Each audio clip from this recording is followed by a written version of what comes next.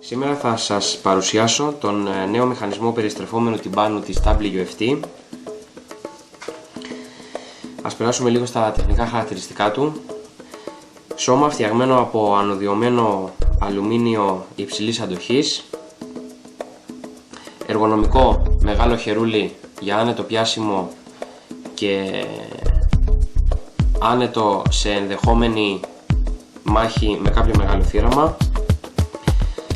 Φρένα μέγιστη δύναμη στις 24 λίμπρες. Χωρητικότητα είναι τα 360 μέτρα σε νήμα 0,33 χιλιοστών. Η σχέση περιστροφής είναι στα 5,8 προς 1. Εσωτερικά τα πάντα είναι φτιαγμένα από ανοξίδωτο ατσάλι υψηλής αντοχής. 6 ανοξίδωτα ρουλεμάν ιαπωνικής κατασκευής.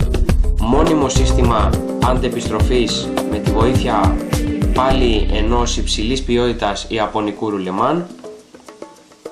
Το βάρος του είναι στα 590 γραμμάρια.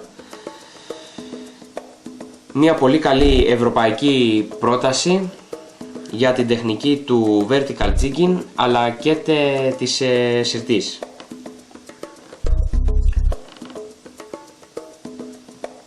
Σας το δείχνω από κοντά.